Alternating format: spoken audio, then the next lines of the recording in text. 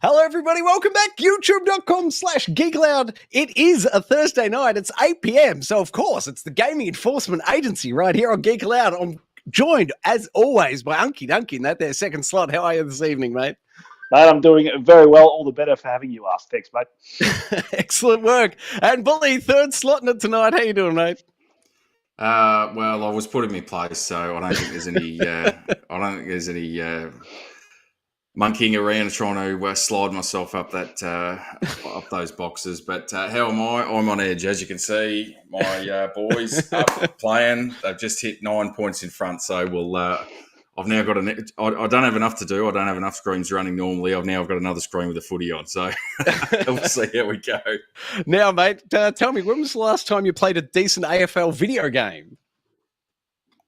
When was 4 or 5 years ago it was out, but I think we've got about 3 weeks till the next one comes out, so we'll be jumping on that day one that it's released. Solid 7.5 out of 10.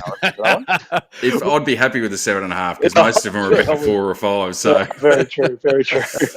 Well, may I suggest around G.E.A. Ep66, we'll be covering that on Games Interrogation and Deliberation. But this evening, we will start with Games Interrogation Deliberation. It's 8 games we have been playing this week. Then it's the news segment. Unky Dunky, how many news stories have we got this evening? If memory serves, I think it's 6. It could be 7. I think all right, 6. then.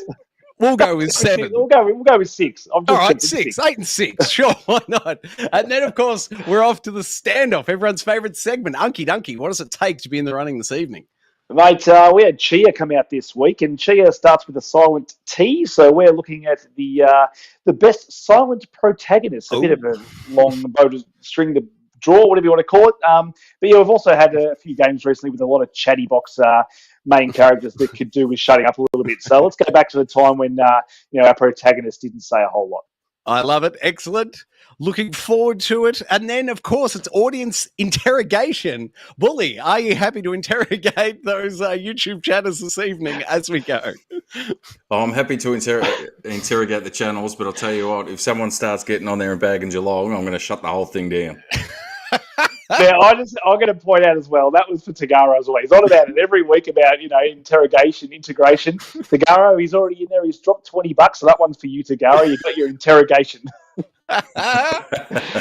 Thank you very much. And without further ado, gentlemen, let's do just that. Games, interrogation, and deliberation. First up this evening, it's the, I would argue, quite excellent Diablo 4. I went hands-on, both Xbox and PlayStation, I can confirm. It is cross-progression enabled. But over to you, Unky Dunky, for the lead investigation this week. Yeah, so this Diablo 4 comes out June, which is still a while away, and that's only apt that it took me almost just as long to get into the beta for the first time. So I think my time clock was maybe 90 minutes, and I let it sit there. I jumped across to the PlayStation because I had the beta on the Xbox, jumped over that, played some games there, and eventually came back and got in for the first time. And obviously this is why we have betas, so I can sort of work out all the kinks and stuff in this period. But once I did get in, I had a great experience. Just straight away, I was struck by the graphics and storytelling this thing was giving us straight away. Granted, we had a few choppy moments in the cutscenes. Other than a few sort of pauses, it still ran pretty seamlessly. I know, Troy, you had some issues with the PlayStation version, some frame rate stuff during your cutscenes. Yes. That did stand out during the opening. It was only during the opening cutscene, so it suggests it was world loading or something in the background.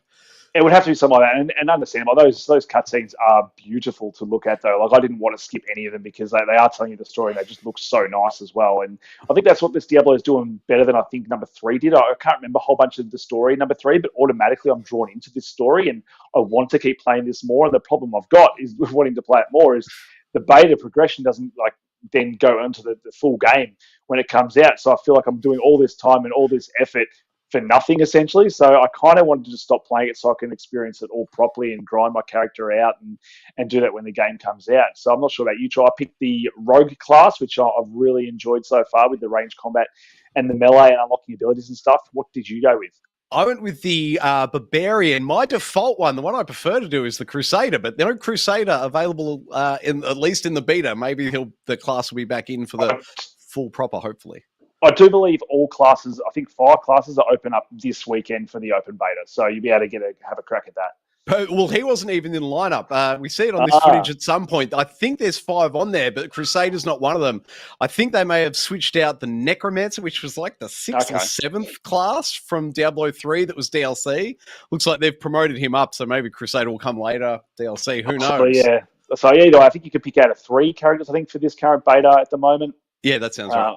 But no, I don't know if Bully had a chance to duck into it this week at all. But yeah, I was highly impressed with what I saw. I thought the way the game ran already at this moment, like I thought this game could almost release tomorrow and it was fine. I think by the end of the beta, the 3-4 days, those times are pretty much non-existent. You could log in whenever you wanted and just get straight into the game. There was no waiting at all. So it seems like they managed to iron that out. Obviously, far less people trying to jump into it probably all at the same time probably also helps that. But once that was alleviated, I was just having a flawless fun time in this game. I think the way they've gone slightly darker, more like Diablo 2, but also incorporated the combat. I think the controllers work really well for a game that's predominantly made for PC with point and click, which I couldn't imagine playing this game that way because I just like the way the character controls in that moment with all the action buttons and stuff. I was just going to ask, mate, is it, were you on the Xbox, you said? Yeah, on the Xbox. So specifically the Xbox controls implemented well. I can tell you the DualSense controls were implemented well. I like the way it felt. But sorry, over to Bully. No, I didn't get to jump into it, but it's good that it seems like they've ironed out those connection issues because that was, I recall with number 3, they had massive issues on release for that one. Yeah. And that was ongoing for more than just that sort of release window. It ended up being a couple of weeks before they were able to actually rectify that. So hopefully if it's only taken them that weekend to sort of sort it out and by the time they get to the release, they've ironed those bugs out and won't have that repeat. It'll be interesting. But it's funny you say, Unky, about the controller scheme because I don't think I've ever played 3, but I had put a lot of time into 1 and 2 on the PC and I'm almost the opposite. I can't imagine how it would control properly using a controller as opposed to a keyboard and mouse. So it'll be interesting to see, but I think I just work got the better of me last weekend. But obviously, I'm off this weekend, so I think I'll jump into the beta this weekend and see how we go with it. Yeah, definitely give it a go. I mean, I gave it probably maybe 4.5 hours, so I did a fair bit of the story stuff as well. So I'm not sure how far you got, Troy, but I did the whole storyline with a mum and her daughter and trying to find her and a couple of big boss fights as well, which were a bit bullet hellish with the way it sort of unfolded with some of those fights. So how much time did you put into it over the weekend? I dropped about 2 hours in, maybe a little under, maybe 1 hour 45, thereabouts. Thoroughly enjoyed it, but to your point, mate, without the character progression to carry over from the beta, I just sort of went, you know what, this looks amazing, it plays amazing. If the whole game was released now, I'd be all about it, but I'm not sure I'm going to jump back into this beta again. Even, as you said, Bully, this weekend it's available to everyone without the purchase, so that could impact the queue times. You might see that rear its head again, but I'd suggest they worked out last week when they need to spin up a couple of extra instances to reduce that load time, or the queue time, I should say. So I suspect they're standing by at the ready to fire up more instances this weekend as they need to. So hopefully everyone gets in and checks it out. Bully, to your point about transferring over, I played Diablo 1 and 2 on PC myself and moved over to 3 for the consoles. And there's a bit of a learning curve, but honestly, after an hour or two, it's fine. And now I'm used to, like, in mentally, my default mapping now is the controller for Diablo. And, you know, they've absolutely nailed it. So you've got nothing to fear there. A little bit of work required, but once you put the work in, you'll be fine. And now, Troy, did you play far enough that you unlocked pretty much that whole skill tree down the bottom? So you could, no. See, I think you're probably not too far off, but once you unlock the ability to have abilities across all those hotkeys at the bottom of your screen, that's when the combat gets really fun and you can open up a whole bunch of different stuff. And that's when I was like, oh, I'm so hooked on this game. That's when I'm like, I can't play anymore because I'm sort of far into the story. I don't have to do this all again, but I'm having so much fun with it. This is, from playing this beta, this is another one that's going straight to the top of, potential game of the year contenders. But as you said, it's going to be hard for me again jumping this weekend after having done a weekend with it already. And we've got Resident Evil 4, the heavy hitter, coming out tomorrow as well. So I dare say that's where all my time's going to go over the weekend when it comes to gaming. So. Indeed. Are you staying up later tonight to play it at midnight as it unlocks, or have you got work commitments and you're off to bed? No, I'm on Arvo tomorrow, so I'll probably, if I can swing it, it's already pre-installed on the console, so I might have to give it a crack tonight. Nice work. I have no further thoughts on it other than, I'm pumped for it and can't wait for it to release. Unky, any finals on this one? No, that's me. Can't wait for it. It almost feels like it's the betas come a bit too early. I feel like I kind of want this like next month. I don't want to wait, whatever, almost better part of 3 months to get to this game now. So, but probably that's a good thing. Give you a taste now, kind of forget about it, then drop it and you get excited for it again. So it's like we've got a shortage of games to play in the meantime. Well, at least if they find a serious connection type issue or crossplay issue, with 3 months they actually have a chance of getting it fixed before launch. Whereas if they do it the 1 or 2 weeks before, the marketing beta, that doesn't help us. So this could legitimately help us from a technical standpoint moving forward. Speaking of moving forward, game 2 this evening. This one's me, Postal 4, no regrets, spelt incorrectly. This one, I need to thank the developers for sending the key to make it possible. The installation went up on the channel today. That's there. And I put about an hour 20 into this one. And I believe, Bully, you're the only other one that's played this as well, mate? Yeah, I did have a bit of a crack at it this morning. Very old school. It reminds me of very old school PC, sort of mid-90s PC games where you just sort of dumped in a world and just have to work things out for yourself, which I know where it comes from. Yeah. I thought they were holding very true to their roots by doing it that way. You can see it's got a bit of the Borderlands, art style or look to it. But it's got that sort of 90s humor, I would argue, as well. Did it make you laugh at all, Bully? And how much time did you put into it? Oh, I think I put about an hour into it. And you can see on the footage there, that's, basically the first section is where you find yourself out in basically a canyon and you create this sign to find yourself some employment opportunities. You can choose to whatever you want to put on that sign. And when I talk about the sort of mid to late 90s type of PC game, I spent 45 minutes wandering around the town with no idea where to find work or where to go. I was showing that sign to everyone. I was going into every building and just could not work out where to go. So maybe you can be a point of Troy. Oh, I can.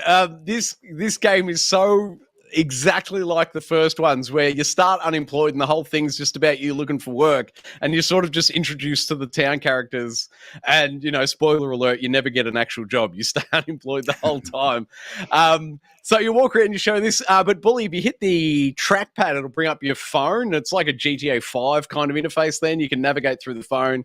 There's a tips and help section and quests, but you go to the employment agency, Bully, with your sign, and they'll give you some side quests. Check the job agency. You can see it on screen there. They say, check the job agency so you can, go over to the market, drop the marker on it on the map, head on over, go speak to them. Then that'll unlock 3 submissions, which are essentially a tutorial broken into 3 parts.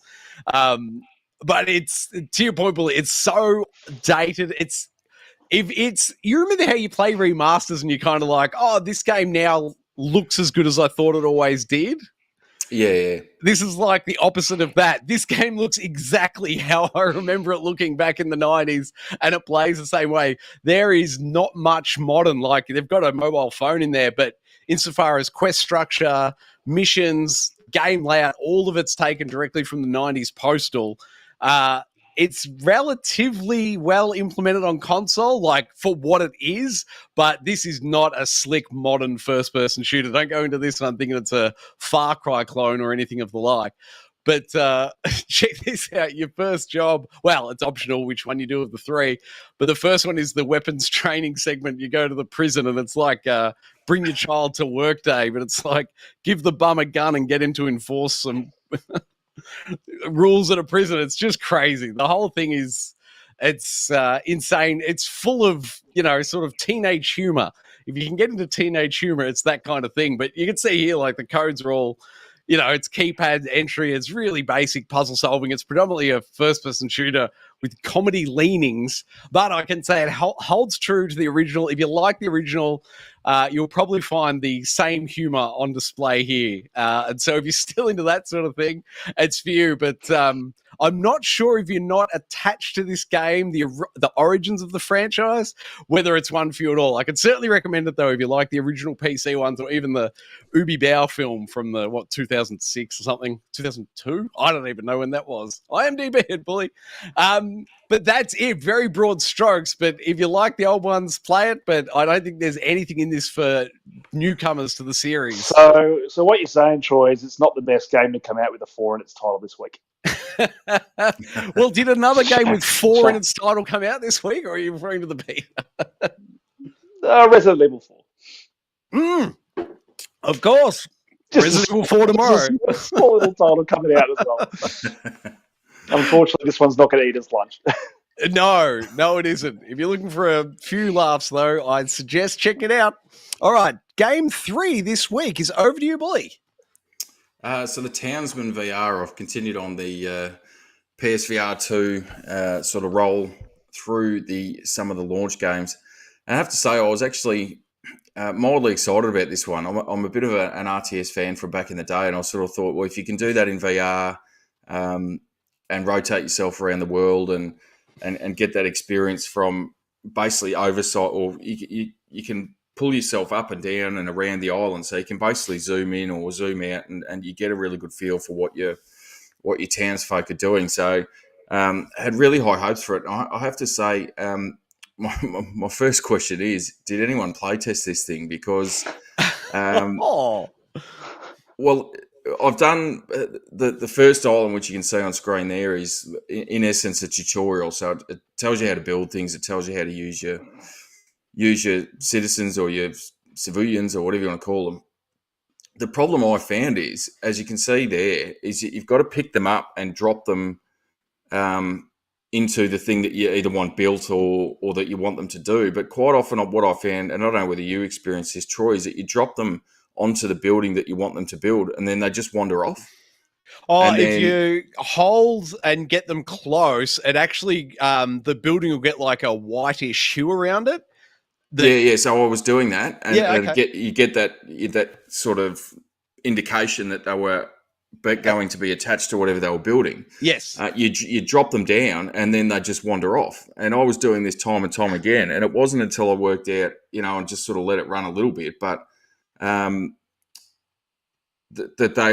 they were doing was then walking to the other side of the island to pick up, wood or supplies, and then walking the whole way back.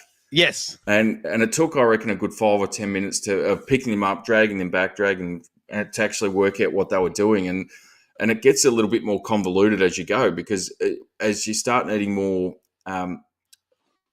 resources to build these buildings, so you start off just needing wood, so you need them to be able to chop down wood and then take it to the woodcutters. But then you need stone on top of that, and then you need, the next step is basically wood cut up into planks, timber, essentially. Yeah. So what you end up doing is you're trying to build something, but then they're going from where you're building it to go and pick up stone, and then they go from the stone back to do a little bit of the building, then they wander off, and then they grab some timber, then they wander back. And just to try and build one building, it takes you 5-10 minutes. Can I offer a tip? Shoot. With your god hands, you can pick up, you can't cut down new trees, but if the tree's been cut or the quarry's been mined, if the material's already been processed, with your god hands, you can pick it up from the stacks on the farm or the resource collection, the farm or the log cutters, I don't know the name, or the meat, whatever it is, you can pick it up with your god hands and drop it on the building directly, and that eliminates the need for the NPCs to carry it back and forth. So, and that probably brings to my next issue is you can use your hands like most VR games, where you can use the controllers, you move it around the screen, and then you can push the button, it'll close your hands and pick something up. Sorry, you can see on screen there, just I'm grabbing the wood off the pile and putting it on the ship. Yep. So the other issue with the hand, though, is that it has essentially it's not just the ability to pick things up. If you sweep your hand across the top of the land or the sea or whatever it is, it will actually knock things over as well. Yes. So when you're trying to be, pick items up or move them around or move characters around, quite often what I've found is you drop someone in a position where you want them, you let the button go, you try to move your hand away, and at the same time you're moving your hand away, you swat them across the other side of the island. Which I just found, just really frustrating, that you sort of, as much as you try to do it slowly, gently, and then slowly lift your hand away, if you move it at the wrong angle or whatever it is, then it just, slaps them away. Again, I really high hopes for it, but after an hour of doing that tutorial island and working my way around that, I'm not quite sure I'll go back to it. It's just too many frustrating little elements, I think. That's fair enough, and it doesn't sound like anything they can't fix with the patch. But the other thing, now I noted, I understand exactly what you're saying. It didn't frustrate me the way it has you. I did notice in the settings menu there was an option, a toggle box. I didn't flick it on, but there's an option for invisible hands. I wonder if invisible hands stops the ability for you to knock them without holding a specific button. Maybe that pure speculation from me, but maybe invisible hands means invisible to the world. Like can go through stuff, won't knock people off the island, sort of thing. Maybe. Oh, so yeah, I hadn't turned that on, but I did look at it and assumed that would actually remove your hands from you being able to see them and block out parts of the island from your point of view. So it'd basically become, see through or a silhouette or something like that. Sure. Yeah. Okay. I just thought maybe that was the actual physics of them being disabled, though. Which look, I can go back and have a look, but if it sort of continues down that same line, I'm not too sure that I'll be putting a heck of a lot more time into it. I don't think. Fair enough, stage. Man. I've put in 2 hours to it. I've done the first 3 islands, I think. I've definitely seen 3 islands, but definitely seen 3 islands, 2 hours. I agree. There's a few patch issues, like a few things that I'd tweak by default. I think the menu on the right thumbstick isn't ideal. It could use some tweakage, but to me, a thoroughly enjoyable game. I'm an old school RTS fan, but I guess maybe to your point is this runs a bit slower because of the VR mechanics that need to sort of swim across the island through the sky, so to speak. So it's certainly not as quick as a mouse clicking pointer as you'd hoped, but it's a very novel take on it, I think. Well worth a look. I was satisfied with it. Any final points from you, Willie? The only thing I'll say is I'm hopeful they do go back and put a bit of time and effort and patch it, because, as I said, I was really excited about it. If they can clean up some of those little minor annoyances, I'd be more than happy to get back into it and give it a fair decent shake, I think. Yep. Very good. Unky, any questions from your side, mate? If I had a PSVR 2, I wouldn't play this. All right, then. Game 4 this evening is The Outer Worlds Space's Choice Edition. So this is the first time it's been released to the current gen, PS5, Xbox Series X and S. You're looking at footage off the PS5 edition. Once again, thank you to the developers for supplying the code for this one. Installs available on the channel. I've put an hour and a half into this one this week. It didn't have, or at least I couldn't find any sort of, like progression upgrade. I couldn't import a save.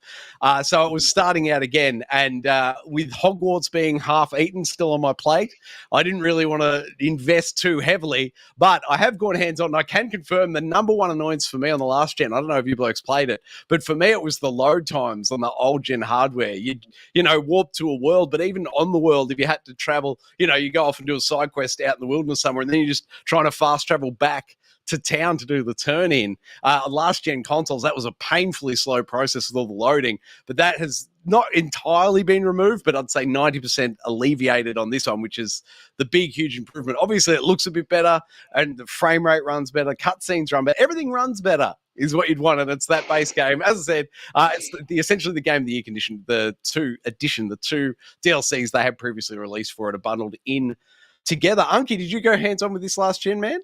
Last thing I did, I really enjoyed it. I don't think I ever finished it. I think a whole bunch of other stuff came out. It's one of those big RPG Bethesda games that, admittedly, a much smaller sort of game than they usually do, and a bit more contained when it comes to its open world or open worlds they put you in. But I don't know if you just said this, but I just want to be clear in case this is done by Obsidian, yeah? Bethesda developers. Yeah, perfect. Yep. So they're the guys that gave us one of the Fallouts, wasn't it? The New Vegas, I think, was New the one they did before this. So everyone sort of, since this game came out, said, I want another New Vegas. Or something of that ilk. But no, this was definitely a decent game, and I could see myself going back for better frame rates and better load times and stuff as well. I really did enjoy it. I enjoyed the colours of the world. I enjoyed the characters. They're a bit more lightheartedly played than something like a Fallout, which I really enjoyed. But no, there's a lot of stuff coming out this year, and especially at the moment as well, we're about to hit like a very big review season coming up. So I don't think this will be anytime soon, but I could definitely see it go on the back burner if they drop a nice cheaper price for us. Yeah, I'm looking forward to having the time to tuck back into it. But to your point, mate, it is on the backlog. Bully, did you ever go hands-on with the Outer Worlds? Oh, I did. I reckon I put a fair bit of time into it. It was one of those things, though, and you mentioned the Fallout series and specifically New Vegas that they were responsible for. And I really went into it initially hoping that it would be, more of the same sort of stuff. And it was for probably 80 to 90% of it. But there was just that last 10 or 15% just didn't really hook me in as much as the Fallout series did, and especially New Vegas. So it was one of those things that sort of went to the wayside. But I've been meaning for a long time to go back and try and revisit it and get a bit more out of it. It's it was one of those things I just put to the side and moved on from. But now that they've released this next gen upgrade and the new version and it's got all the DLCs, to my understanding. Is that right, Yeah, Troy? correct. Yeah, so you've got all that extra stuff as well. So it might well be worth jumping back in and having a look at it now that it's got all that with the improved features and all that sort of stuff. But to Anki's point, I don't know when I'm going to find time because it's a fairly lengthy game. It's a fairly involved game. You've really got to be paying attention to what you're doing. But as we said, we've got Resi 4 coming out tomorrow, and then the releases just keep flowing. I'm not sure. I'd like to say I'd like to get to it, but I'm just not sure when. Fair enough, mate. Sounds like we're I all... was going to say I can see they added the fish eye. There is a field of view slider. Yep. Jesus Christ, that thing's far back. I love it. Got to get me some situational awareness. All right, Unky, over to you for Game 5 this evening. Recently into Game Pass. Was it Game Pass? No, PlayStation Essentials, I think it was, all premium. Is this even out on Xbox? No, it's not. This is a PlayStation exclusive, this one. There you have it. So this is Tchia. So Tchia with a silent T. It evokes a whole bunch of different games, but most likely the comparison most people are going to sort of give it is the Breath of the Wild thing with its open world. It's set in a fictional New Caledonia. I think the developers are a small indie developer out of New Caledonia, so they sort of lean on the culture of that place. It's all fictional, but it is definitely leaning very heavily on that culture and stuff, and they do a really good job with that. There is no, English voice acting. It's all subtitled and sort of the native tongue, whether it's French or whatever the other languages is in there. But it's very charming. It's very light on story so far. I hear it can get quite dark, and you are trying to find your dad who's been kidnapped by this weird dude that controls cloth people. And I won't get too much into that, but because the main charm of this game, I think, is just the exploration factor. I think I just find myself getting lost wandering through this game, and it does look absolutely beautiful. My only gripe is that I don't believe it is running at 60 frames per second. I think it's a relatively smooth 30 frames per second, but some of the vistas and the way the game actually looks is absolutely beautiful. And once you sort of unlock the soul jumping, you can jump into any sort of animal. You can jump into birds, dolphins, geckos. You can even jump into inanimate objects like rocks and lanterns and stuff like that as well, and use that to your advantage and throw them at enemies, etc. But no, I've just been, in awe of just how this game looks is the main sort of appeal for me, just exploring. It does have the Breath of the Wild, like I'm just going to go over this hill and find this other collectible. It is a very much collectible game. It kind of harkens back to like an old Nintendo 64 game. It kind of has that appeal. You see on the map all the different things you can collect, and they all make cool little sounds when you do it, and you're helping out your character each time you're sort of collecting these things. You're upping your stamina meter like you would in Zelda. You're logging different animals that you're using throughout the game. At the moment, I was going to say, I think there's a few things I haven't unlocked because some of the game mechanics I don't think have unlocked to me yet, just due to the fact I haven't gone as far into the story as I would like to. But the things I have unlocked is mostly cosmetics, and I think this game does do really well with cosmetics and unlocking stuff and giving you different things for your character to wear and stuff. I'm rocking a cool leather jacket now with some jeans and a backwards baseball cap and looking very much like what's her face from Walking Dead. At the moment, Michonne. so hey, Michonne. No, not Michonne. The little girl from the first one. I'm blanking on her name. From the first Walking Dead. Oh, Telltale. Yeah. Clementine. Clementine, yeah. So I'm looking very much like Clementine at the moment. So, but yeah, I do like that there's all those options. I'm a very cosmetic heavy game. I love my cosmetics in games, and they give you so many different options that you can do. You sit at your campfire, you can change it. You can change the time of day anytime you like. You just play your little ukulele. They give you different songs, kind of like how in Ocarina of Time you'd play a little Ocarina to change different things. She can play that and change the time of day anytime you like. And for me, it's usually daytime because the game just looks glorious when it's in daytime. As you can see, like even at night time and the sun going down, there's just some beautiful vistas. And I've taken a lot of screenshots in this game already. So the game does have an in-game camera, which I don't think I've unlocked it yet, but you can get rid of the whole HUD just by clicking right on your thumbstick. It'll give you different options for the map, and you can just get rid of it completely, or you can just have your compass. Because the way traversal works, or the way the map works in this game, it won't actually show you where you are on the map. It'll give you sort of a general idea of where you are. So unless you find like a little road sign to say, "Oh, this is where I am," you kind of got to guess where you are. But you can drop pins anywhere you want to go, and then you can on your compass that pin will show up, so you walk towards it. So I don't know why they don't just tell you where you are, because it's just like extra mechanics for the sake of mechanics. But no, I've really enjoyed my time. This is one of those ones you can just sit down and relax. You don't really have to think about it too much. If you just want to sit back and chill, listen to a podcast, listen to some music, you can just sort of get lost in the world. Nice one. Do you have eyes on finishing it? Is the story sort of gripping you?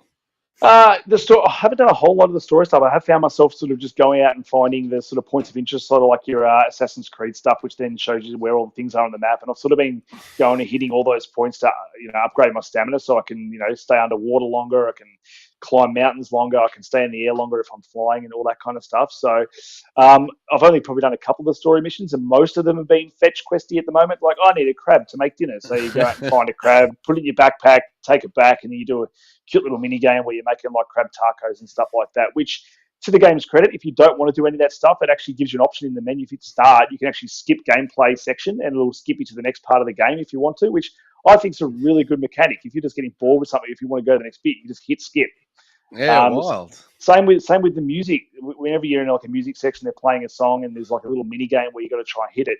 You don't get penalised, but you can also just hit automatic and just let the whole thing play out if you like. So I think they really know that some players might not want to do that stuff. They're not in it for the cultural experience, all that kind of stuff, and just want to play a fun game. So they have thought of that. And I mean, you just look at these screenshots. It's one of those games just begs to be explored. And the traversal, being able to sort of jump on top of a tree and sway back and forth and do a massive jump and then go into your Zelda-like glider or just hold, I think it's B. So it'd be square, no circle on the PlayStation controller. You can like duck, or if you're coming down a hill, you'll slide and you'll pick up lots of momentum, and it's really fun just to slide down these hills and then jump off and then sail. So for me, it's just all about the traversal and all about the soul jumping into different objects that keeps this game fresh. Yeah, nice one. It'd be nice if you, when you play Forspoken, what you think of the mechanics of that, comparing the two. But as I have not played Tchia, I can't speak to it. Bully, I have no additional points, mate. You've covered that beautifully, but it doesn't sound like one for me. I'm not hearing a unique hook or a point to grab me as such. How about you, Bully? I reckon Unky's covered it pretty well and explained the premise of it pretty well. I'll probably only a couple of hours into it where you sort of get through essentially the tutorial stuff, and then you get to the first sort of main town. So that's where I've sort of got up to. But yeah, it's one of those ones I can see, to Unky's point, how it could be really engrossing long term, but it just sort of hasn't quite through that stage hooked me yet. But I think I'll definitely go back and put another couple of hours into it just to get through that sort of first town area, which I always find with a lot of games, you have that initial sort of tutorial / mini exploration area. You always come to a big town, and that's sort of the make or break sometimes for me. So hopefully I'll be able to get through that and into the sort of open exploration areas as Unky's described pretty well. But it's an amazing looking game, and it's funny you talk about the culture and the music and all that sort of stuff, because I was sitting there playing one of the guitar mini games and had the kids come out into the lounge room going, "What's that noise? What's that sound?" I'm going, "Oh, it's the show." And they were sitting there, or the game, I should say. And they were sitting there watching me playing the guitar on it and enjoying the music as well. So it's actually quite it's quite relaxing, and you do get that vibe of the Pacific Islands and all of that stuff. And the biggest thing for me in any game that I always love is water and water effects. And this is the water in this game looks amazing. You feel like you are on a tropical island that you're playing on, especially in that early section. So 100% for me, I'll be jumping back into it and putting a bit more time into it. Might have to do it tonight because come first thing tomorrow morning, I'm heading down the shops for Resi 4. I'm sure Amazon will deliver it straight to your door, mate, in 6 months. Oh, look, I'd like to give Amazon another chance, but there's no way in God's green earth that's happening. So we'll go somewhere else. Fair enough. And you've just prompted me. This isn't about this game, but you just said water effects. And I need to just shout out to Tagaro early and say I originally had Death in the Water 2, that's the name of it, isn't it? Your request from last week. I'd recorded it, but when I went to clip it up this evening to put it into G.E.A, I saw the recording was absolutely woeful. I need to do something about my PC capturing. So to Garo, my apologies. It'll be next week when I sort that one out, but you won't see it this evening. And originally you were going to. Next up tonight, however, Game 6, this is Dead Cells Return to Castlevania. I've gone hands-on. I've got the big arcade stick, as you fellas know. So the footage you're seeing here is rocking Dead Cells Castlevania.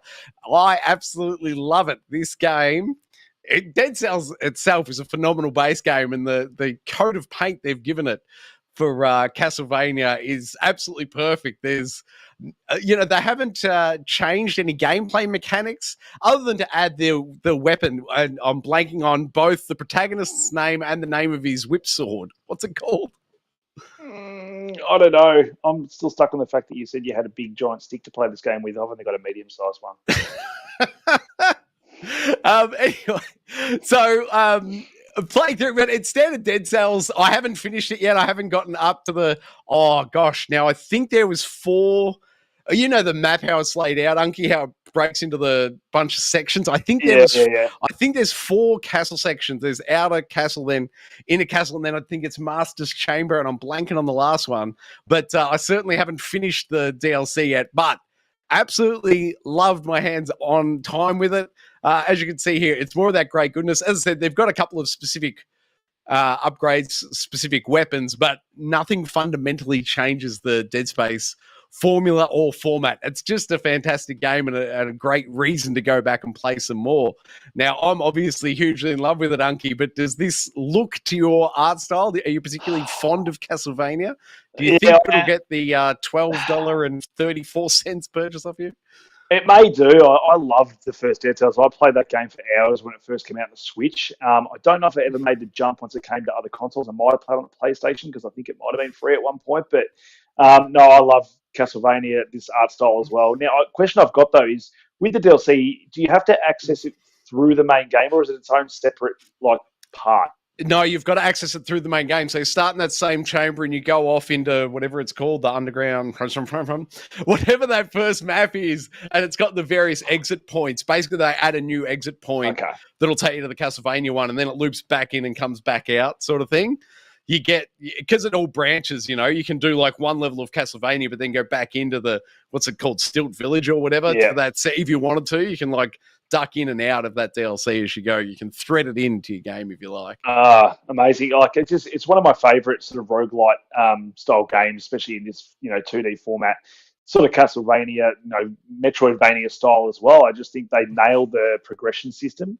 Not only short term, but long term as well. You just feel like you're always progressing your character. Even if you have a terrible run, you still feel like you get something out of it most times. And that's what I really enjoy about this game, and what I got sucked into the first time when I finished the original game. So, I can't wait to give this a go at some stage. It is phenomenal, mate. You're always welcome to swing on by the studio if you don't want to. If you don't want to fork out the extra money. I don't think Bullies, if you're here, Bully, and you've got anything to say, jump in now or forever hold your peace as we move on to you, Unky, for Game 7, Exoprimal. Exoprimal, this is one that I think that when they announced it, everyone thought maybe it was going to be Dino Crisis, but it couldn't be further from the truth. It is made by Capcom, but this hit, I think I was maybe end of last week. I think I jumped into the PlayStation Store and saw this available for a beta access. I'm like, nothing else going on. Why not? Jumped into it, and the mode that I had to play, I don't think was the most enjoyable mode for me. I don't know if it's got a single-player campaign come full release, which I think I could see myself getting into, but the game mode I played was sort of a multiplayer mode. So I think it was 4 or 5 of us against another 4 or 5 players, but kind of horde-based where you're competing for scores against the other team. Okay. So it's kind of that Destiny mode where you play. You used to love playing. Where I can't remember. You'll be able to tell me what that mode was called in Destiny, where you sort of had to fight MP or other characters. And The Crucible. Crucible, yeah, that's the one. So it's very similar to that, but this one you got hordes of like raptors coming at you. You got an announcer will say "Raptor is coming," and then it's very arcadey, and then it's like Triceratops, and then giant Triceratops just comes in. You got to use all your capabilities. You got about, I think you can pick out. There might be about 10 characters you can pick out of that all have different, as you can see, different sort of rigs on the screen there that you can pick out of that all have like one might be melee, one might be a healer. So very similar like your what's it called, Overwatch kind of characters. Yeah, I'm seeing a lot of cosmetic options here. Battle Pass, are we thinking? Yeah, absolutely. I think it's going to have a lot of that stuff in there, but it was fun. Like it did look really nice, and sounded really cool. And there was a lot of enemies on the screen at any given time. Like I reckon there was one point, I think it was in the footage that I sent you if you want to have a look at it later. But I reckon there's probably 500 raptors on the screen at once coming down this corridor at you, and you just got to stand there and deliver and just keep killing them. And my game actually froze at that point. All my other characters disappeared. Not sure if they were AI controlled or player controlled, but yeah, so it did sort of glitch out, and I couldn't get back into it after that. But no, it seemed to run. I think it'll be a lot of co-op fun. I don't know how much, as I said, the single player campaign will be in this game. But as I said, there was only the one mode, the beta that I played, and I'm not sure if they're going to do any more betas. I don't even know what the release date of this game is. But unless it's got that single player mode, I don't see myself playing it, because you need a sort of group of people to be playing this regularly, I think, to get the most out of it. But I'm sure there's plenty of gamers out there like that. But if you just want to shoot some dinosaurs, have some co-op fun in a very pretty looking game that seems to be running really well and good sound effects by all accounts, it's going to do the job. And sorry, you said this was on PlayStation? Yeah, so I'm not sure if it's going to be on all consoles, but the beta was definitely on the PlayStation. I think it was PlayStation 5 exclusive as well. Yeah, perfect. I'll have to try and find it. I tried to find it in the store today to record the footage for this and had absolutely no luck finding it anywhere. Yeah, as I said, I had a look as well, and where it was normally, if you scroll down to like demos and stuff, it was right there where the Diablo beta and stuff was. So it was right next to Diablo. So, if you went there to download Diablo, which I'm pretty sure you did on PS4, you would have seen this there. So I'm not sure how you missed it, but you might have probably not been looking for it either. Well, I also did the search on the store, and the only thing that came up was the game. But on the PS5, normally if you pull up the game, you can then like hit the ... and like go to the other versions, and you think the trial would be in there, but it wasn't. I was totally lost. Yeah, Millie, I'm not sure how long it lasts. I said I tried to jump into it tonight, and it was down for maintenance. So whether it's down for maintenance back in another time, or it's down for maintenance as in you have to wait for another beta, kind of the way launch. Yeah, kind of like the way Diablo's doing it. I don't know, but we'll see. But if it piques your interest, if you like shooting dinosaurs, then this might be your cup of tea. Nice one, man. Bully, any questions from you? Welcome back, sir. No, I don't think so. Again, covered it fairly well. I didn't even realise there was a beta coming out for it. So I don't. Did you just come across it in the store? Pretty much. I was just scrolling down just to see. I can't remember what I was doing. I think I was looking for Resident Evil, like extra editions or something like that, and I just saw it down there. I was like, "Oh, actually, probably that's something new coming out. I'll give it a go and have a yarn about it on G.E.A." Nice work, man. Do you know on the console settings on the PlayStation 5, have you left customized personalized advertising on? No, I don't think so. I went in and manually turned that off, but I'm wondering if that's why you can see it and I can't. Maybe you're like, float the content I'd be interested in. They knew you'd be interested, so they flicked it to you. Maybe. I don't know. Wild speculation. Maybe. But yeah, as you see on the screen, it's there's a lot of chaos going on the screen at any given time in this game, and I can confirm that it does run as smoothly as it looks here, because I had that many dinosaurs on my screen at once, and that thing did not drop one frame. Good work, man. Without further comment, I will move us on to Game 8, Space Raiders in Space. Now, this is me, and this was on Xbox. Once again, thank you to the developers for the code for this one. This is all tower defense, guys. I don't know if you guys are, but I have been an old-school tower defense fan. And good to see it. It's, evolving. This one's more round-based, but between rounds, you've got to go off and go into search mode, and your party, you've sort of got 4 or 5. I think it's upwards of 7 or 8 you can get eventually, but I'm not that far. But they'll go off into different rooms and search through the cupboards and pull out different guns or bolts or wires or whatever. And then you go back and you build your little fort and you prepare, and it's just wave-based combat horde mode, but very much tower defense. But your players are the towers, pick up weapons. So it's got like RPG mechanics. You can pick up and upgraded weapons, and then you got your team list there, so you can pick, this gun's best on this other character, and so you see him like run off over the map, pick it up, run it back. Tower-based defense, comic book style is the other big shout out. Like the main menu itself is a comic book, and you go in, you can pick and every chapter of the comic book is a different comic book itself within the story. So they've done a bunch of artwork for like the front covers of the various chapters being different comic book stories. You go through, you unlock it, you level up. It's a tower defense game.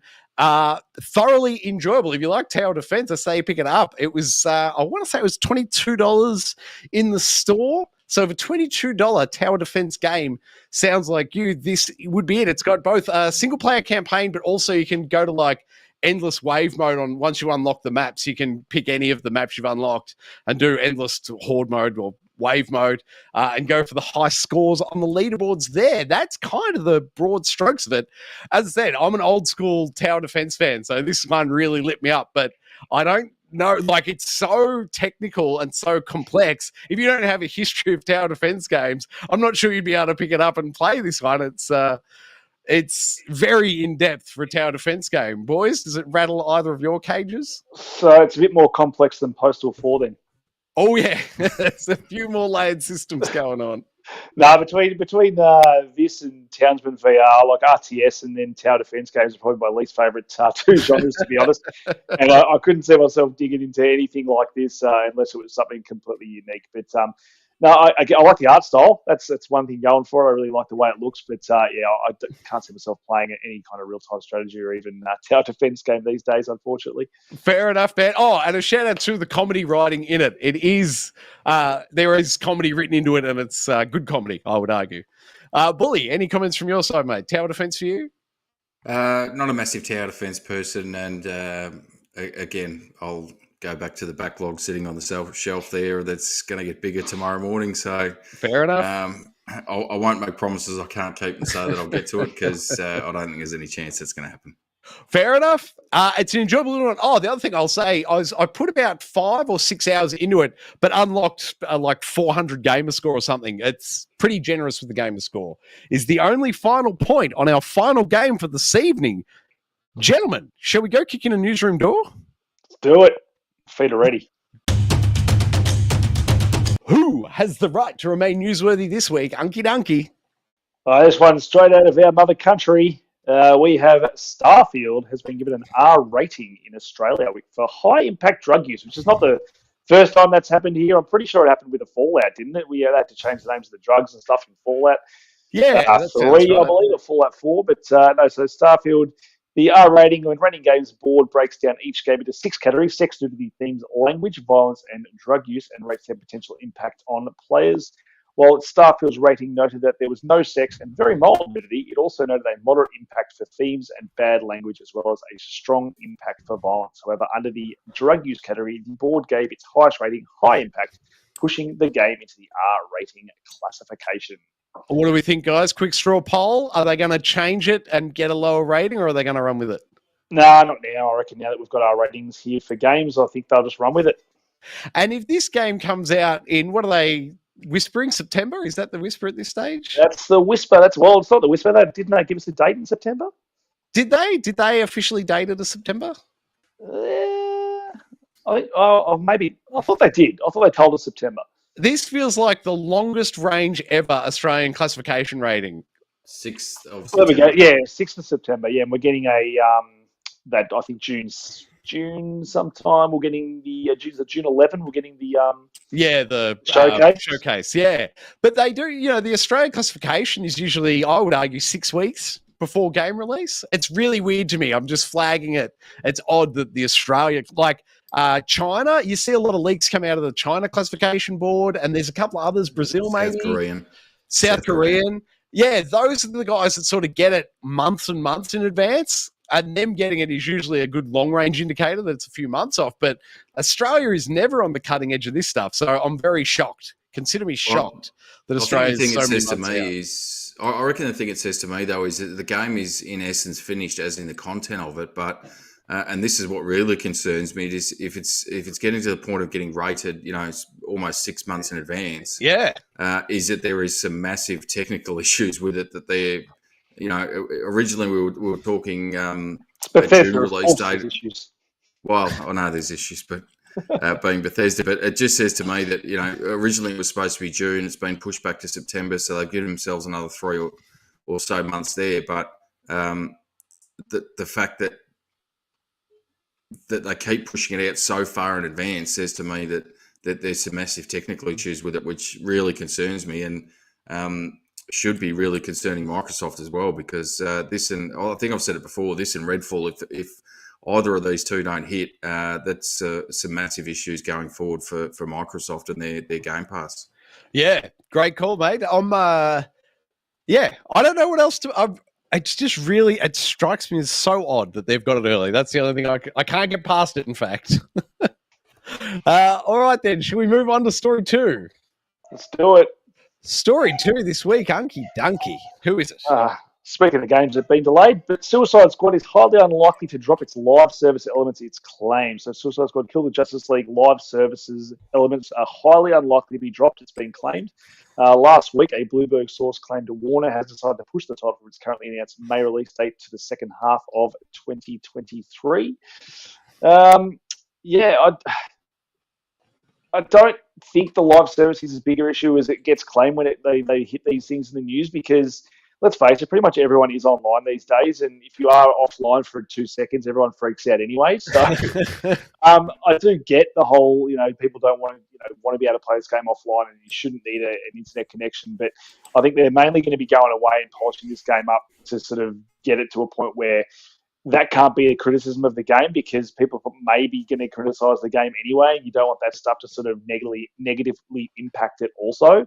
But there's also reports that the game could potentially, go as far as to be pushed out to 2024. So, which might not be a bad thing for it. I think if you push this into 2024 and hit like that early part of the year where maybe there's not as much coming out, especially after the year we're about to have with games, then maybe it finds that audience where, people aren't playing as much things. They do hit it, and they do have a massive hit on their hands, and a lot of people have it in their hands and playing at the same time. Similar like an Outriders came out, but obviously this thing probably had a bit bigger pull than Outriders being a DC, game. But I don't know. I don't think it's a big issue if this doesn't happen. I just want the game to be pretty good, which from all accounts, the gameplay I've seen, it at least looks fun. And I guarantee they're still going to tell a decent story, like it's Rocksteady. I think from some of the cutscenes and stuff they showed the Batman cutscene where Batman drops down, and that stuff was really cool, voiced by Kevin Conroy as well. So I think they can tell a good story in this game. I just think they need to have it fully polished just to give, the critics, not one more thing to latch onto. Yeah, it's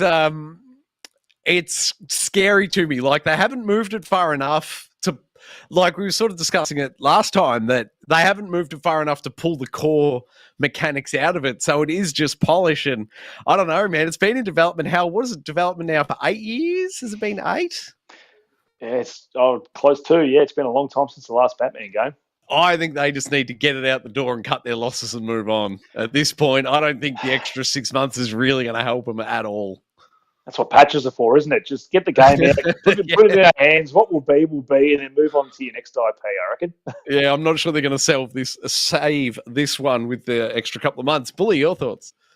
I'm pretty much the same. I think they're too far. Obviously we talk about that sort of 7 or 8 year development cycle that they've been into. They've gotten to a point where realistically it was supposed to be released, early this year. It's been pushed back. They can't strip it back, the core components of it, and the the essence of the game itself. Yes, they can tweak some things here and there, and as Unky said, try and polish it and make it a little bit better. But it is what it is at this point. I think that I'm almost in agreement. As much as Rocksteady has got some good runs on the board with their previous games, I think it's just got to the point where just put it out. It'll be what it'll be. The reality is, it's a good license to have. I think it'll still sell well regardless. And I saw some sales data for Gotham Knights, which got panned fairly universally across the board, critic-wise, at the end of last year. And that was still one of the top 10 or 15 selling games for the year. So the fact is, you've got the IP, you've got the characters there. Is it going to be the greatest game in the world? Probably not. Throw it out the door. You'll probably still sell 10, 15 million copies of it. You make your money back or enough to justify the investment in it, and you move on to your next project. Yeah, hopefully another Batman game, but you move on to your next project and you learn your lessons from it, I suppose. Yeah, let's hope that happens sooner rather than later. All right, story 3 this week. Oh, this one's for me. The opposite of getting delayed. We've got 3 games, Troy. Microsoft Game Pass has announced these 2 games this week. We get an MLB The Show 2023 on March 28 on console and cloud. Game Pass subscribers who want to play it 4 days early can buy the Game Pass Early Access Bundle. That'll net you $45 out of your pocket as opposed to $69 for the main game, and gives you early access from the 24th of March. But I dare say, just wait. You've got Resident Evil to play until then. Also coming next week is Infinite Guitars, which is released on March 30 on PC, console, and cloud. Don't know a whole bunch about that. Does anyone know anything about the Infinite Guitars? No, it's news. No, it's got a snazzy front cover there if you scroll down. So I don't know if it's going to be my style of game or not, but I really dig the art style. Then we've also got Ni no Kuni 2 just arrived on Game Pass. I have to admit, I have downloaded that game. I remember playing it back on the PlayStation. It now comes with all the bells and whistles of a next-gen game and all its DLC, I believe, as well. Very, again, cool art style game. Great little action RPG as well.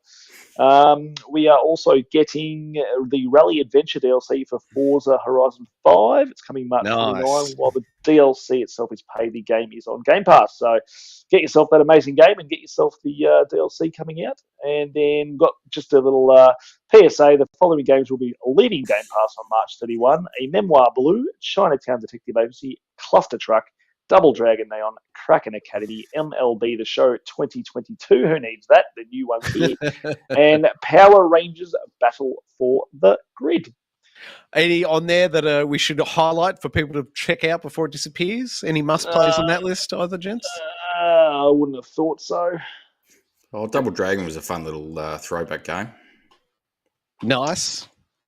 No, true. But yeah, I mean, much really. I mean, MLB The Show 2022. I've really played a baseball game much before, but I actually really enjoyed when they brought 22 to Xbox, which is weird for the first time because, as far as I know, that was a Sony exclusive game. Yeah, by Sony, so it was weird to chuck that on the Xbox and see the Sony symbol come up. So it seems that deal keeps going ahead, that Xbox owners get a free PlayStation game. So good on us. Until MLB needs to renegotiate that contract with Sony in a couple of years. I wonder how many years left on the existing one. I bet they can't. Well, that's why it ended up coming to Xbox, because when they renegotiated the contract a couple of years ago, MLB said, no, we're not going to re-sign with your studio unless you start releasing on other consoles. So well, there you have it. I hadn't heard that story. Nice. That's the reason why it is now on Xbox. Perfect. Good work there, Bully. All right, story 4 this evening. What's happening with Spider-Man, Unky? Oh, another leak. I believe he did the same thing. Not that, I think it was that last year sometime, but PlayStation Spider-Man 2 will release in September. Actor claims. Tony Todd tells fans on Twitter that a massive publicity campaign is planned for the sequel. Is this the same bloke that leaked it like a month ago or whatever? Some other detail? I reckon it is. That's the bloke that plays Venom in the game. So he's obviously knows a bit about it, and apparently he just doesn't seem to care when it comes to NDAs or anything like that, because he just keeps blurting this stuff out. So I wouldn't be surprised to see this thing actually dropping in September. I think there was rumours going around that it probably would be about the right time for this game. The only thing that I could see maybe changing is the fact that Starfield's releasing in September now. So whether they put this towards the end of September and just give Starfield sort of some space to breathe, or they just go, stuff it, we're going to release a week after and eat a bit of Starfield's lunch. But do we have... Sorry to cut you off, but Bully, can I get the release date for the new Into the Spider-Verse film? I know it's this year sometime. I'm wondering if it's September. Sorry, Unky, back to you. No, it's funny you should say. I actually had that same conversation with my wife because we were talking about going to see the new movie, and she was like, is there a game coming out in support of the movie? I'm like, no, it's not really based off the movie, but Spider-Man 2 is out this year. And then I was like, I reckon we could definitely see him coming out in very close proximity. Yeah. Yep, I reckon there's a high chance. You got to strike while the iron's hot there, I think, which is unfortunate because I really want a good Ninja Turtles game, and I was really hoping there was another good Ninja Turtles game coming out with this new animated movie. But you never know your luck, mate. They might stealth drop one. Mate, that's what June 2. Okay, so a little bit after it, but you can ride the hype of that. But I just want to bring this up. This is the next game Rocksteady should make. If they want to make a co-op game where you can play solo and have a good story, god damn it, make an Ninja Turtles game, Rocksteady. I'd be down for Perfect that. developers, Definitely. perfect developers for it. Just make it like Gotham City where you can play as one character or play multi. Oh, it'd be insanely good. Nice. Anyway. Looking forward to it. Anyway, Spider-Man's coming in September, according to Venom. Woohoo! All right, then. The next story, it's about Diablo 4. We sort of touched on this before. So the Blizzard says Diablo 4 beta issues have paved the way for a smoother launch. The studio has solved dozens of issues ahead of this weekend's open beta. So, which I think I already alluded to, the fact that on day one, it took 90 minutes to get into, and then come Sunday, Monday, you're in there with not even a minute on the time clock. So they'll manage to work that out pretty quickly. So I think we're going to see even more fixes and stuff come to the game. I didn't mention it earlier. I did have one glitch where my game sort of not hard locked up, but all I could do was walk around the area and my NPC was just stuck there walking on the spot, and it was telling me I had to go speak to him. So I had to. That was unfortunately when I just waited the 90 minutes to play the game. I wasn't willing to duck straight back in after that, but I think they'll probably fix all that kind of stuff. I did report on my bug. I did the right thing and reported the NPC not moving. So I'm sure that's been fixed just because of me. So you're welcome out there, Diablo 4 players. Look for your name in the credits of when it comes out. Oh, yeah, it should. Yeah, playtester. No, so it's... We don't speak on it too much. I think it's obvious that why they do these betas. I think it's the players, they do get something, I wouldn't say free, because last weekend you sort of had to make sure you pre-ordered it, but there's ways around that, Troy. But no, these, you can't really see them as like a purchase thing. They are, the reason they put these things out is not just to sort of get you excited for the game. That is part of it, but it is to make sure that when the game comes out, it is running as smoothly as possible. And that's what they continue to do. So you can't gripe too much about these bugs hitting the game now, because by the time we get that full game, hopefully they're all ironed out. The vast majority should be. I'm looking forward to it. I know that much. All right. Story, 5 this evening? Story 6?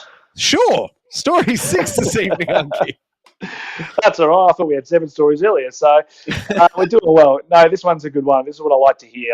There was a bit of buzz around this today. So fear not, Arcane fans. Redfall is an utterly engrossing single-player experience. While fans may be disappointed at its less system-driven approach, Redfall is shaping up to be the studio's strongest shooter to date. So this is what I really enjoyed. I love watching all these reactions to this game, because a lot of people were concerned that it was just going to be a co-op experience only, and that would sort of deviate away from the single player storytelling. But from all accounts, it's more Far Cry than anything else. Like, it's a big sort of open world where you can go into buildings. It tells a good story, which will obviously get lost in the co-op stuff. So that's my problem when I play these types of games. That as much fun as I can have playing co-op, if I've got the single player story stuff, I kind of want to do that by myself and enjoy it for the first time before I jump into those levels, and like we did in Gotham Knights, like enjoy the story, then just jump into those story moments and help me on all the bosses, help Troy out with all the bosses or any platforming section he needs a leg up in. But if go and watch some of this new gameplay stuff and impressions from some of the YouTubers out there, because from all accounts, it's shaping up to be a really good game, and it's a fair bit removed from a lot of the other stuff they've done, being a full-on shooter game where you do have different characters you can choose from, kind of like your Left 4 Dead and stuff that have different characteristics. Pick one you like, and then just go through this game and have a really good single-player experience as well. And that makes me really happy to hear that, because predominantly that's what I wanted out of this game. I did want a really good single-player experience, knowing their pedigree and where I've come from, and not really falling in love with Deathloop because of its system. I much prefer this more Far Cry open world sort of game where you got vampires getting around, where you got guns and you got to kill them with stakes, and there's cool fancy particle effects flying around. I can't wait to play this game now, and this has got me way more excited than I have been since the first or second times we heard about it. Nice, man. Any word yet? Is there a Boston accent to be found? I didn't hear any voice characters, but you know what, Sean? I'm just going to say yes, just to keep you happy. Bully, any thoughts from you on this one? No, I did see some gameplay footage of it and a little bit of commentary, and a participant in basically the demo of it, I suppose. There was a group of them invited into New York, and they were able to go hands-on with it. And the initial impression sounded really good. I think that was probably the biggest surprise from what I saw, was that there is actually a fairly big and detailed single-player experience, because I think I'm not sure what you guys had seen previously, but from most of what I'd seen, it looked like a Left 4 Dead style. Back for Blood was what I was thinking. Back for Blood, co-op style shooter. So the fact that it's got a pretty decent single player game, which Arcane Studio and some of the games that they put out, like Dishonored, I know it probably didn't get the commercial love that it really deserved, but both of those games, Dishonored 1 and 2, from a single player perspective, I thought they were fantastic games and really had that structure of setting up levels and areas to play through it how you want. You could go through guns blazing, and you could do it stealth. You could do it, with your various powers and all that sort of stuff. So that hopefully that sort of stuff is not to the exact degree, but they've got those sort of elements in there as well. And it looks like hopefully is that you can have people jump or, friends jump in and go through that experience with you if you want, or you can do it yourself. So it looks really good. And as I said, the impressions from what I've seen look amazing. So it was probably one of those games that I was looking at initially thinking, oh yeah, I'll that's okay. I'll check it out when it comes and see what it is. But the more I see of it, the more excited I get about it. We've only got, May? I think it's coming out. So we've got probably 6 or 8 weeks before it comes out. So not too far away, and hopefully something decent again from Arcane. Yeah, well, you'll be sure we'll have the Let's Install and Let's Plays on the channels, boys. I reckon being in Game Pass, there's a fair chance we'll all get at least one round in together. Absolutely. All right, then, let's move on to the new releases this week. Unky Dunky, what has Game Informer got for us? This week, so from the 21st of March, we have Remnant from the Ashes on Switch. Great game. I'm not sure how great it is on the Switch, but good game. Tchia, we spoke about it tonight. PlayStation 5, PS4, PC, March 21. They've given it an 8.5, Unky. What about you? Where are you sitting with it? Yeah, it'd be about an 8.5, I reckon, at the moment, with the experience I've had. My only main gripe at the moment is the frame rate. I just think all games should come with a 60 frame per second option and just drop that resolution just a little bit. But that's my only real gripe at the moment. I have a lot of fun. Agreed. Sorry, before you move on, Bully, your score on it, 8.5 from Game Informer? I don't think I've probably put enough time into it. I'd be probably about a 7 at the moment, but I can thoroughly understand that. And I can see that if it continues the way it is and the experience that it's got, I could genuinely see it getting up to that sort of level. So I'll just have to, as I said before, put a bit more time into it. Cool. Back to you, Unky. And we've got Have a Nice Death on Switch and PC, March 2022. Now, Troy, I think you actually might like this game. It looks very Dead Cells-y. It's another roguelite game as well, side-scrolling. So it might be something for you. I don't know. We'll just have to check it out. Probably on PC, though, maybe if you want the decent graphics. But I dare say it's not too taxing on the old Switch. Nice. We have Atelier Riser 3, Alchemist of the End and Secret Key, award for the longest title this year. PlayStation 5, PlayStation 4, Switch, March 2023. On the 23rd. And Storyteller Switch PC, March 23. And the big one, Tagaro. I know he's going to be all over this one. Resident Evil 4. PlayStation 5, Xbox Series X and S, PlayStation 4, PC. That's the big one. That's the only one you really have to care about this week, people. I'd like to see him redo that the intro there, so they could do like Resident Evil remake. I love it. I'll get to it after Postal 4. Perfect work. All right, fellas, that brings us to everyone's favourite segment. I'm not wrong, am I? No, not at all. Excellent. The standoff. Who will fight? Oh, Donkey. Who will fight? Fighting tonight. So we had G.E.A out this week. It starts with the silent T. So we're looking at the best silent protagonists in video games. We have 10 on the list. Up first on the list is Claude from GTA 3. I'm not sure if how many of you actually knew his name was Claude.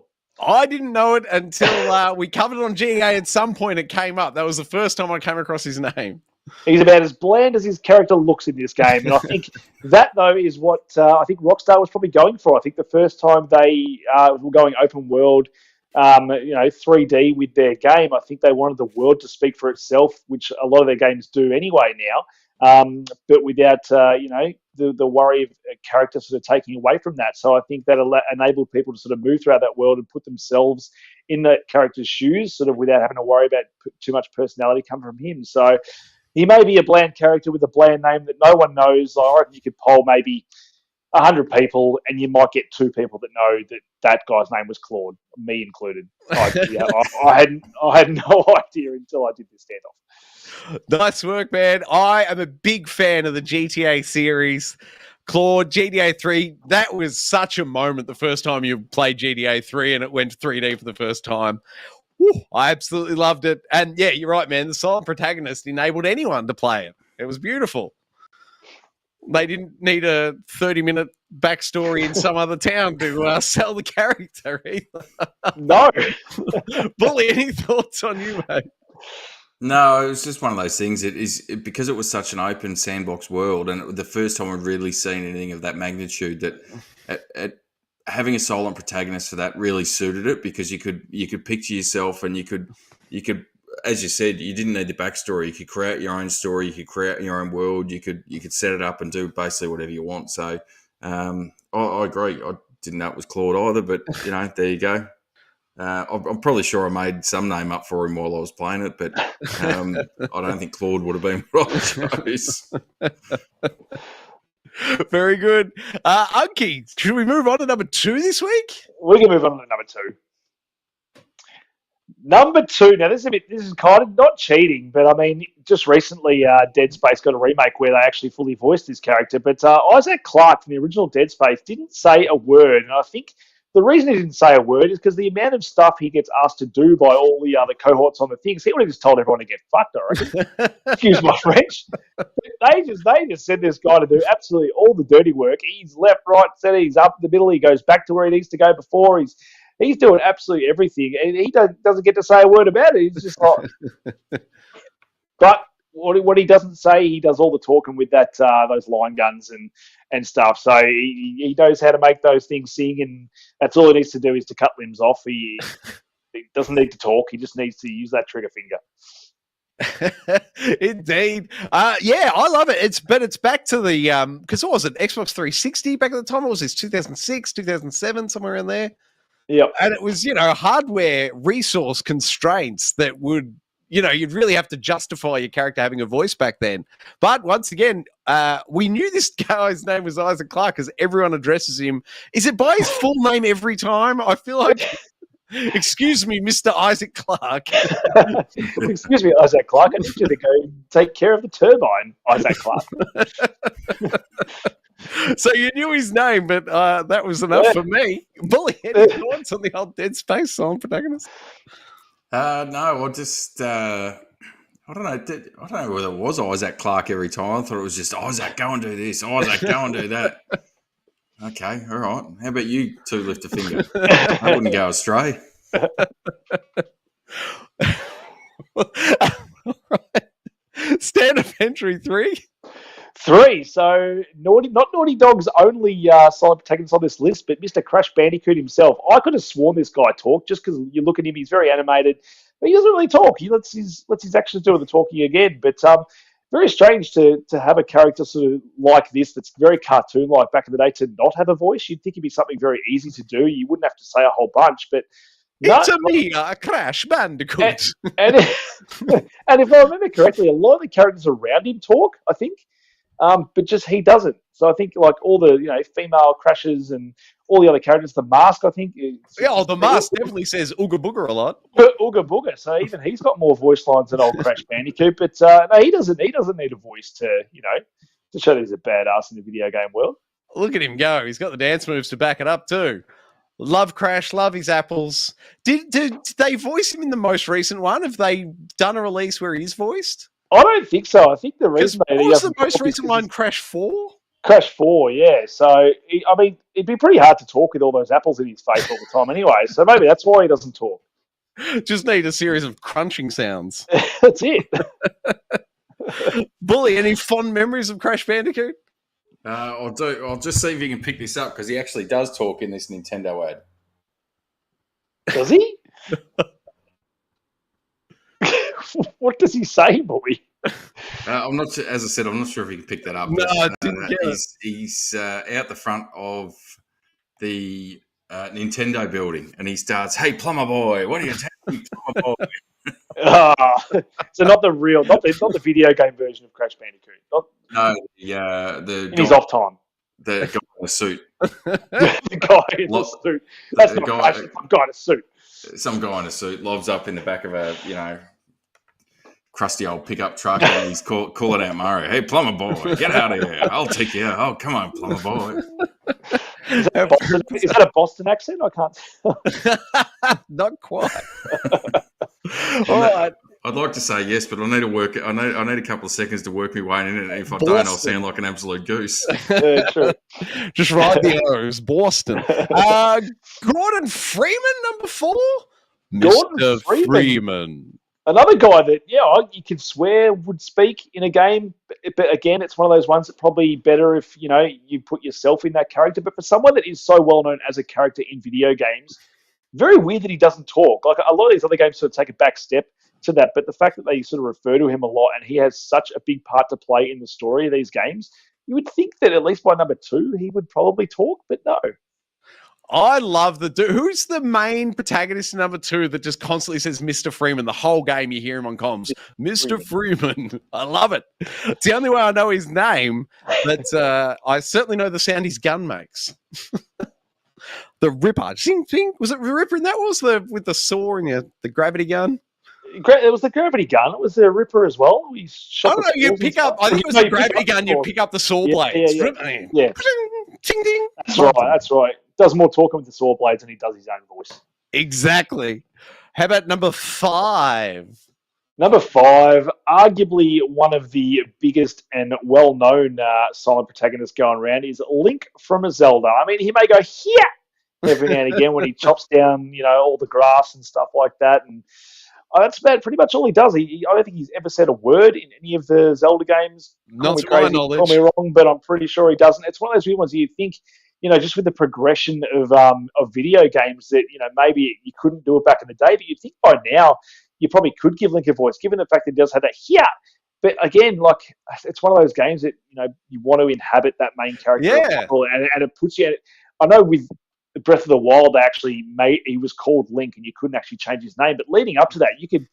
Whatever your save file was called, that was the name of your Link, which a lot of people stuffed up if they just wanted their character called Link, and all of a sudden, it's your name. You're like, damn it, and they start referring to you as your name. You're like, no, it's Link. It's not bloody Steve. So, who's Steve? I mean, Unky. But, no, it's one of those games.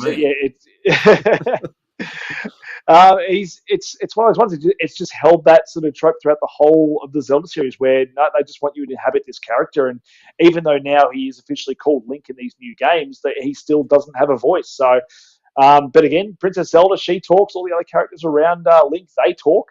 But again, we still don't have one. I would have thought by this day and age, you'd probably see a voice out of Link. Is it confirmed that for this year's release, what is it? No, I was going to... Tears in the Kingdom? Tears in the Kingdom, thank you. Is that one definitely not voiced again? I mean, we haven't heard anything to the contrary, and I'd be very surprised if they do voice him, but I mean, it could be something interesting for the Zelda series to actually have him voice for once, and I think if they did it right, I think you could do it, still tell a really good story, if not a better story, if you've got a Link that's well acted. Yeah, you could, but to the other earlier points, like the less they give us of him, the more we can inhabit him himself. So I'm happy to do it that way. Number 6. Oh, I've never imprinted myself on this bloke. Now, if there ever was a guy that didn't need to talk and just all his actions did the talking, it was this guy. Oh, yes. The way to inhabit this guy is just absolutely destroy the battlefield. It doesn't matter what gun you've got, it's doing the talking. Although we did have a good video of him from Fortnite. Was it earlier this year? Oh, we did. He did make it into Fortnite, the big fella. The big Doomslayer. Oh, look at him crushing skulls. Favorite enemy, probably that big floating red eye thing for me. That's right. I mean, not voice, though. I can imagine this guy sounding very similar to Master Chief. He'd have a deep voice or something, but if he popped out with like a baby girly voice, maybe that's why he doesn't talk. Maybe that's why it's the guns that are talking, because underneath that helmet he's just like, "Hey man." Needs a voice mod on the old job. Well, he looks a helmet. It could be done. It could easily be done. Well justifiable in the law. Number 7. Who is it this week? Number 7, the first Jack on the list. So this is Bioshock 1. Now, admittedly, in the first scene here on the plane, I believe Jack does actually talk. Not for very long, though. Once you sort of get down to the weeds, you're in Rapture, that's when the game just lets Rapture speak for itself. And I think that's the reason you just don't see him talk for the rest of the game, because that game world is so well realized and stuff that if you just had a guy constantly chatting all the time, it would sort of take away from that immersion you get from being in that world and having the characters talk at you and the would you kindly, all that kind of stuff. I think if he was back chatting all the time and stuff, it might take away from it. But the fact that you're being told all this stuff at you, it almost feels like when that moment hits that you have been deceived as a player, not that this character's been deceived. And I think it's brilliant the fact that, they chose to give him a voice at the start, but then from that point on, as soon as you hit Rapture, it does not say a word. Yeah, beautifully done. I'd even forgotten that he spoke at the start, but now that you say it, I think he said something when he's looking at the photos on the plane, doesn't he? Of his... Yep. Yeah. Bully, would you kindly give us your thoughts on Rapture? I would love to. No, it's one of those things again, and I think this is probably a pretty common thing amongst all of them, is that having the silent protagonist allows you to, in my opinion, become more involved in the game, because you actually then start to, visualize how you think that character is. And especially with, a first-person shooter, you never really actually see him. So you've got to get that into your head, what they look like, what they might sound like, and what sort of person they are. So I think it really adds to the experience, and especially with Bioshock itself, because as Unky said, the world is amazingly well put together. And the fact that you've got, is it Ryan? Talking through the headset to you all the time while you're playing it, that as much as anything creates the character for you, and you really don't need to speak, because as you said, you're getting that voiceover fairly regularly through the game as well. So I think it just adds to the experience in my opinion. Agreed. Number 8 this week, Unky. Number 8, the second Jack on the list. So another one. It's weird to think that all these third-person characters just don't have voices in games, because as Bully said, it's one thing to have a first-person shooter game or first-person game where you inhabit that character. That's fine. You can sort of put yourself in that character, but having a third-person character that doesn't speak. But this is probably one of my favorites, because I think they let Daxter do all the talking, and he's actually quite funny in the way he reacts with Jack not talking, and the way sort of Jack gives him nods, or the way he's just animated, I think is brilliant in this game.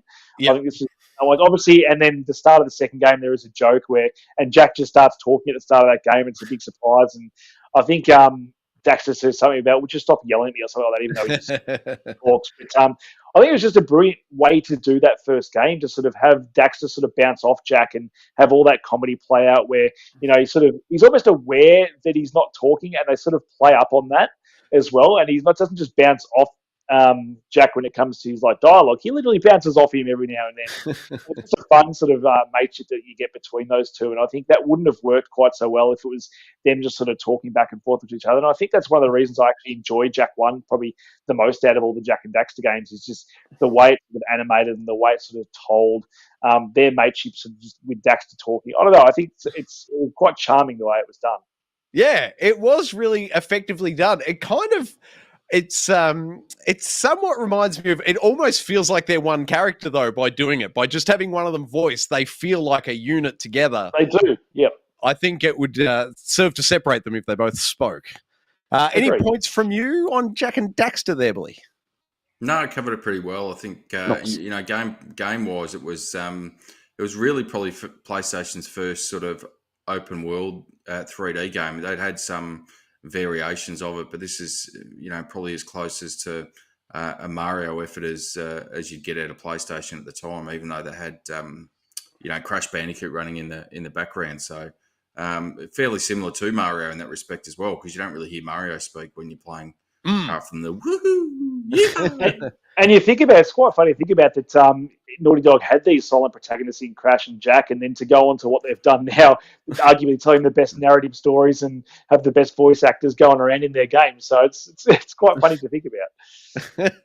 Do you think it would have worked as well if Joel or Ellie hadn't have spoke? Probably not. All right, then the 10th, is it? No, 9th entrant this week. Nice. Again, another third-person game, but another RPG, which I think RPG is generally a decent trope to have a main character that's not voiced, because it's obviously a big game. You are sort of putting yourself in that game. But he did have a name. His name was Sparrow. I can't remember if you could actually call him anything else. Geelong's obviously kicked a goal. Boys pretty happy. Well, they were down by a bit, so I don't know what the score is now, but I know he's looking a bit depressed there for a bit. 20 points down at three-quarter time. We're about to kick the first 2 goals. Now, Bully, do you by chance have flags available? Because you wouldn't have to say anything, but every now and then you could just pick up 2 flags for a goal or 1 flag if it's a point. Keep us updated visually. I think you'll know from my reactions how we're travelling. I don't need a flag. I don't need a flag. We'll keep an eye on that. Bully could just stay silent like a solid protagonist in there. But Sparrow, he's the main character of Fable 2, and he's my favourite of the Fable characters. Fable 2 is my favourite Fable game. It was one of my favourite games of all time. I 100% of this game, found every hidden gargoyle, unlocked the crossbow you get by doing that. And not only is he a silent protagonist, but he actually has ways to communicate. There was like a little wheel and stuff where you could do gestures, and you could even do enough with those gestures to get a wife and have a kid and all that kind of stuff. So the fact that he was silent and still managed to do all that stuff in the game and communicate by other means, I think it was absolutely fantastic effort by Mr. Sparrow. And now, sorry, you may have just said this and I missed it, but is it for every Fable that the lead protagonist is voiceless? I feel like he might have been voiced in number 3. I feel like he might have had an English accent or something in number 3. I know because you become the king or something, but Bully might be able to fact check us there. I know definitely the first one wasn't voiced, but I think it was just ramped up in number 2 with I think you could do it in 1 as well, but all the social aspects of like essentially just casting real life emojis at people and stuff, and dancing and doing stupid gigs and all that kind of stuff. I just think it was just a masterful stroke to have a silent protagonist that was still able to communicate with people in the world. I just think they did it really well. Yep, it was solid. How are you going? You fact checking there, Bully? We'll assume he's onto it. But I don't think, from what I can see, is that I don't think it was from the list of voices I can see. Oh, perfect. No, hang on. Nolan North. Hey! That would make sense. That sounds about right for about was that false one? I think it's saying voice one. Male Sparrow is voiced by professional voice actor Nolan North, and the female actor, if you choose Laura Bailey, character, is uncredited and remains unknown. Oh God, poor girl. That's all right. She was a work experience kid, and they fired her before they released the game, so they never had to pay her either. Damn straight. Cut costs where you can. Game entrant 10? Number 10. This is a funny one. I think this just lends itself to making the game even funnier. The fact that you are the new kid in South Park: The Stick of Truth, and you've just got all these obnoxious kids just talking at you pretty much the whole game, and they give you the nickname Douchebag, and you can't do anything about it. Douchebag is your name for the rest of the game. And I just think the way it works in this game, just to be part of that South Park world and just sort of have that stuff just thrown at you and all the profanities and all that kind of stuff, and the way the story is told. Again, it's like most of these games, having that side of things really does enable you to embody that character. But in something like this, I don't think you're so much embodying the character as just enjoying all the funny stuff they're saying to him with knowing that he doesn't have a retort or can't have a retort because he doesn't talk. Yeah. Did you find yourself mouthing off back to them though off the couch? You kind of do. You kind of yeah. Oh, it was just one of the funniest games. If you haven't played these games yet, do yourself a favor. Even if you're not the South Park fan at all, they're such great RPG games, and they are very funny games. As I said, even if you don't really like South Park, the humor and the way the games are sort of around that trope of like RPG games, and this obviously Stick of Truth's all about fantasy stuff, and then you've got the Fractured But Whole, which is a bit more superhero based. But no, both outstanding games, and the silent protagonist only adds to the humor in this one. I'm a big fan of both of them, but I'm blanking out. Is it the same douchebag character in 1 and 2? I don't recall whether they kept that gag running in number 2 or whether they went with something else. Oh, that is a good question. I feel like it might be the same family, but I could also go the other way and say maybe they had a new kid come to the town again to play. But yeah, because I'm you think so not the sure. by the first game he would be like friends with them and Yeah. not stick true anymore. Oh, But that's right. No, he is a new kid in do they, number 2. do they upgrade him from douchebag to something else at the start of the game? I can't remember. I feel like I that feel also like he's a new was kid in town again, though. Do we know? Is there a third game plan from South Park? Have they made any rumblings? I haven't heard anything, but I mean, South Park's still going strong as far as I know in terms of the massive cartoon. Yep. So I'd be surprised if they weren't working on something like this for a third game, because as far as I know, these sold pretty well and did pretty well. I know they did really well critically as well. So I wouldn't be surprised to see a third game of our new kid / douchebag. I certainly hope there is. And an excellent wrap up. Thank you. Unless you had any points on the South Park stick of truth there, Billy? Oh, just the name. So what I can see is he's still douche or also butt hero is from what I can see from quickly. Of course he is. Quickly doing a few checks there for the nice work. Thank you. Gentlemen, it is time. That time again to place your chips on the table. I'm going to break precedent and let someone else go first this week. Geek, where are you sitting? I always can't go past my man Link is just staying silent for so many games that he's just kind of, he's bucked the trend and, hasn't gained that voice over 25 games, whatever it is. So my bucks almost lie there, but I could also chuck one down for Jack and Daxter, their relationship. Thinking maybe Jack and Daxter. What are you thinking there, Bully? Which way are you leaning? Oh, I think I would go with the old classic. It's seen me through the better part of 30 years of gaming. So Link from The Legend of Zelda is where I'd be sitting. The ultimate violent protagonist. It doesn't matter what gets thrown his way.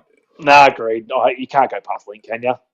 Well, I was going to put my chips on Gordon Freeman for Half-Life. That he just holds a special place in my heart as one of the original speechless protagonists. But I agree that indeed all our chips can remain on Link and Standoff entrant 5 this week. Link, a winner is you, sir. Congratulations. Come on down. Gentlemen, that brings us to the end of the Standoff and the 4th segment. Bully, it's time to get your interrogation gloves on. So we did, looking through the chat, I've been in there on and off as when I can pay attention to it because Geelong's back to within 10 points. We're coming.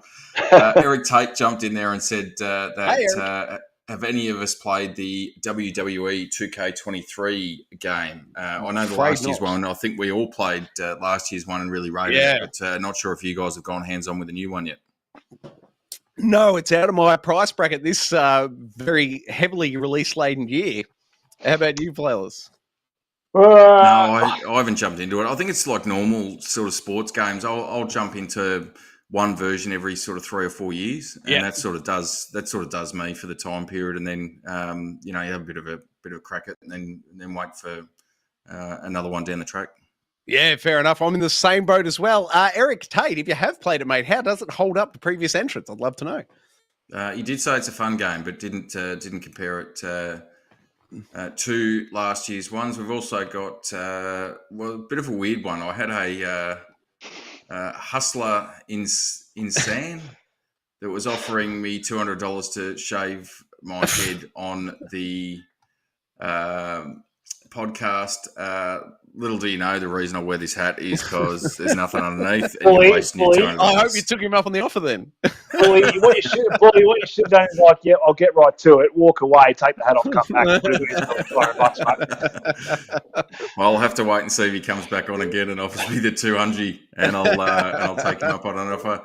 We also had Tigaro in there, who's I think every second comment was about Resi Evil 4, so obviously very excited for that. He did say, though, that he does have to work tomorrow, so he might not get as much time as what he would have liked. I just would have assumed that he just would have taken the next week off from work and would have been sat in there playing it nonstop. And he did throw out Fallout 3, the character from that, as a solo protagonist, was his vote for the Standoff, which we didn't cover, which is fair call. Probably a big one missing there from the Fallout series, I guess. But nevertheless, that was his vote. And I will say again, Thank you very much to Tigaro for his contribution at the top of the show, as Unky had already mentioned. And that's about it for the chat. Excellent work. Thank you very much, fellas. That's going to wrap us up. We are officially off duty. Unky Dunky, thank you once again for such a beautiful week on the rundown, getting us that rundown, getting us the standoff and all the news stories, mate. Thank you very much. It's always my pleasure, mate. Always a fun with you boys. And is there anything on the ticket for you other than Resident Evil 4 next week? I wouldn't have thought so, Troy. Very good. Bully, thanks for joining us, mate. Great work in that there YouTube chat. Anything other than Resident Evil 4 on your plate this week?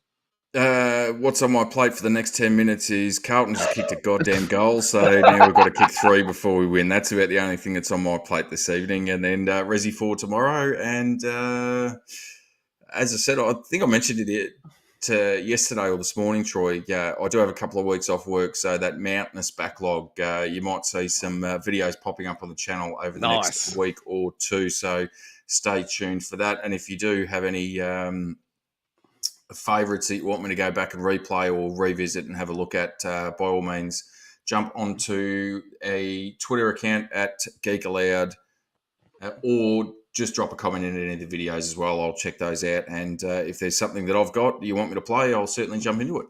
Great work. Thank you very much, mate. Looking forward to those. That is it for this week, guys. Bully, what else can you do with the channel? Like it, subscribe it, and you'll never miss it.